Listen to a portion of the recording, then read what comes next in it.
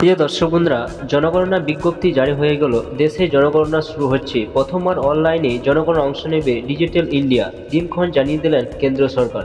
Digital পদ্ধতিতে দেশে 2 দফায় হবে জনগণনা। সোমবার বিজ্ঞপ্তি জারি করে এমনটাই জানালো কেন্দ্র। জানা গিয়েছে 2026 সালে 1 অক্টোবর মধ্যরাত থেকে প্রথম দফায় লাদাখ, জম্মু কাশ্মীর, হিমাচল প্রদেশ এবং উত্তরাখণ্ড জনগণনা শুরু হবে। অন্যদিকে 2027 সালে 1 মার্চ মধ্যরাত থেকে দেশের বাকি রাজ্যগুলোতে শুরু হবে জনগণনা। এই জনগণনা শুরু হলে আপনাদের বাড়িতে কি কি প্রশ্ন জিজ্ঞাসা করা হতে পারে তা সম্পূর্ণ আপনার ভিডিওর মাধ্যমে জানতে পারবেন। অবশ্যই ভিডিও সম্পূর্ণ দেখবেন, চ্যানেলটা সাবস্ক্রাইব করে রাখুন, পাশে থাকা বেল আইকনটা অবশ্যই আপনারা প্রেস করে রাখবেন। জনগণনা প্রথম ধাপে পারিবারিক আয়, সম্পদের পরিমাণ, আবাসন বা বাড়ির পরিস্থিতি এবং সুযোগ সুবিধা সম্পর্কে তথ্য সংগ্রহ করা হবে। এই ধাপটিকে বলা হয় হাউস লিস্টিং, যেটা এখানে বলা হয়েছে বা অপারেশন HLO। দ্বিতীয় ধাপে পরিবারের প্রতিটি সদস্যর আর্থসামাজিক অর্থাৎ পরিবারের যে সমস্ত সদস্য রয়েছেন তাদের আর্থসামাজিক সহ বিভিন্ন ব্যক্তিগত তথ্য কিন্তু সেখানে সংগ্রহ করা হবে।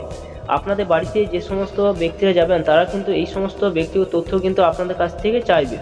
এই ধাপটি পপুলেশন এনুমেরেশন নামে পরিচিত। এই প্রথমবার জনগণনার সঙ্গে জাতিগত জনগণনা করা হবে, যেটা এখানে উল্লেখ করা হয়েছে।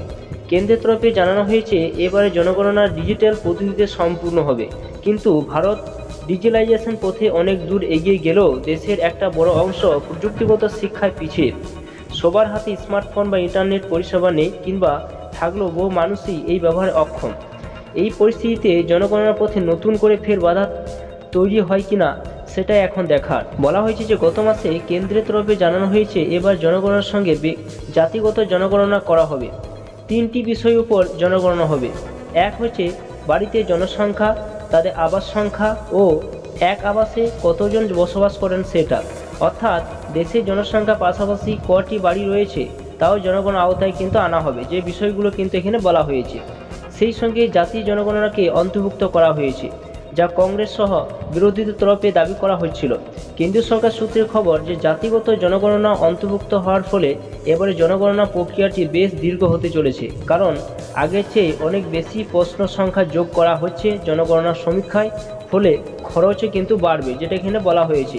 যে সমস্ত প্রশ্নগুলো আগে ছিল সেগুলোর তুলনায় কিন্তু আরও বেশি করে প্রশ্ন কিন্তু এখানে যোগ করা হয়েছে। প্রতিটি 10 বছর অন্তর আদমশুমারি হয়ে থাকে, কিন্তু 2011 পর দেশে আর জনগণনা কিন্তু হয়নি। 2021 সালে জনগণনা হওয়ার কথা থাকলেও করোনার অতি মহামারীর জন্য এই কিন্তু পিছিয়ে দেওয়া হয়। শোনা গিয়েছিল 2023 সালে জনগণনা হতে পারে, কিন্তু ভোটের আগে সে পথে হাঁটেনি মোদী সরকার। সব মিলিয়ে মোদী জমানায় একবারও জনগণনা হয়নি।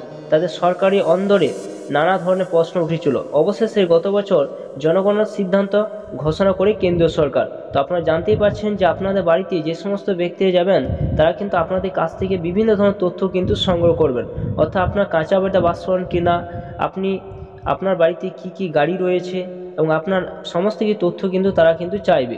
এই জাতিগত জনগণনা কিন্তু অনুসারে কিন্তু আপনার বাড়িতে কিন্তু সার্ভে কিন্তু একটা নির্ভর করছে, অর্থাৎ আপনার বাড়ির আর্থিক অবস্থা কেমন সেই অনুযায়ী কিন্তু আপনি একটা সুযোগ সুবিধা কেন্দ্র সরকার বা রাজ্য সরকার তরফ থেকে কিন্তু আপনি পাবেন। সেটি কিন্তু এটার উপরে নির্ভর করছে। তো আপনারা অবশ্যই ভিডিও সম্পূর্ণ দেখলেন এবং চ্যানেলটি নতুন চ্যানেলটা সাবস্ক্রাইব করে রাখুন, পাশে থাকা বেল আইকনটি অবশ্যই আপনারা প্রেস করে রাখবেন।